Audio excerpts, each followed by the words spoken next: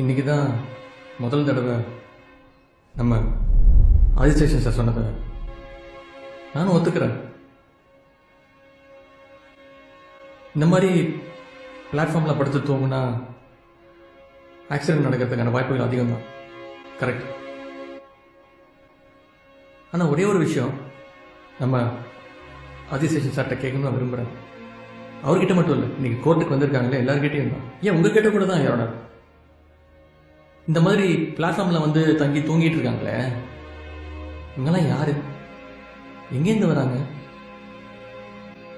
இவங்களுக்கு தங்குறதுக்கு இடமும் கிடையாது, சாப்பிட்றதுக்கு சாப்பாடும் கிடையாது, செய்யறதுக்கு தொழிலும் கிடையாது, கையில காசும் கிடையாது. பின்ன ஏன் இவங்கெல்லாம் அவங்க ஊரை விட்டு இங்க வந்து பிளாட்ஃபார்ம்ல தங்கி இந்த அழகான ஊரை அசிங்கப்படுத்தணும்? கொஞ்சம் யோசிச்சு பாத்தீங்களா? இவங்கெல்லாம் யார் தெரியுமா? ஊர்ல கடன் தொல்லை தாங்க முடியாம இங்க ஓடி வந்தா விவசாயிங்க, வீட்டுல இருக்கவங்களே அவங்களை துரத்தி விட்ட வயசானவங்க, யாருமே இல்லாத அனாதைங்க. யாரும் இங்க வந்து சந்தோஷமா வந்து தங்கணும்னு தங்கல. யாரோட இவங்களுக்கு தங்கறதுக்கு இடம் கிடைக்கலாலும் பரவாயில்ல, சாப்பிடறதுக்கு சாப்பாடு கிடைக்கலாலும் பரவாயில்ல, ஆனா ஒன்னே ஒண்ணு கண்டிப்பா அவங்களுக்கு கிடைச்சாகணும். அதுதான் அவங்களுக்கான நீதி. இந்த உரிமையை ஆதிசேஷன் சாரோ இல்ல நீங்களோ இந்த கோர்ட்ல பறிக்க முடியாது. ஏன்னா இந்த உரிமையை அவங்களுக்கு கொடுத்திருக்கிறது இந்திய அரசியல் அமைப்பு, கான்ஸ்டிடியூஷன் ஆஃப் இந்தியா.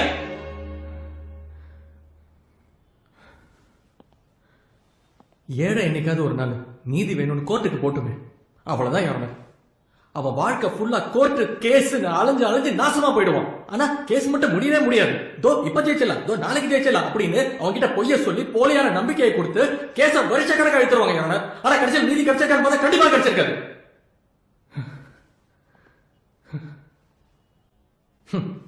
ஆனா பண திமிர்லயும் குடி போதையிலையும் 120 கிலோமீட்டர் ஸ்பீட்ல வண்டியை ஓட்டி 5 பேரை கொண்ட இந்த அப்பாவி ராகுல் திவான், அப்பாவி எப்படி நல்லவங்க மாதிரி நிக்கிறான் பாருங்க. அவன இத போய் நம்ம Adiseshan sir it is a ஜோக்னு சொல்றாரு.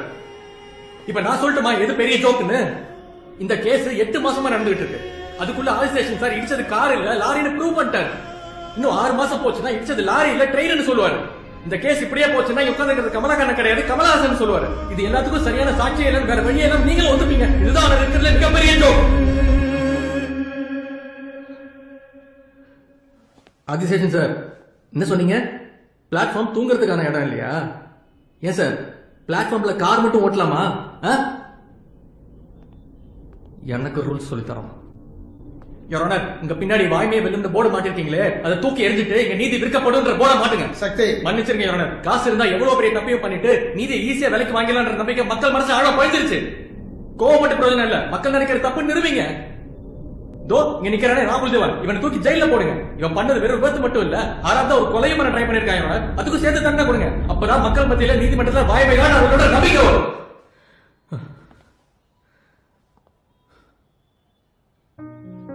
அதுக்காக நான் அவங்க மேல பரிதாபப்பட சொல்ல, அவங்களுக்கான நியாயத்தை தான் கேட்கிறேன். பாவம் அவங்களும் நம்மள மாதிரி மனுஷங்க தானே. எவ்வளோ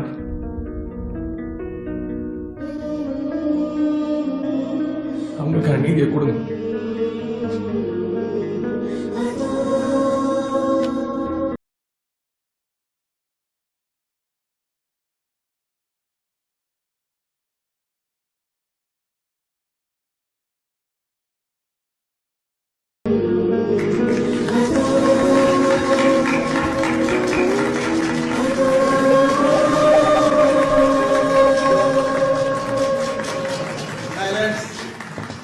Silence.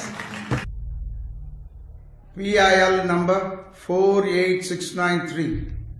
The trial, State versus Rahul Diwan. This court finds Rahul Diwan guilty and sentences him under section 304A and 307 of Indian Penal Code.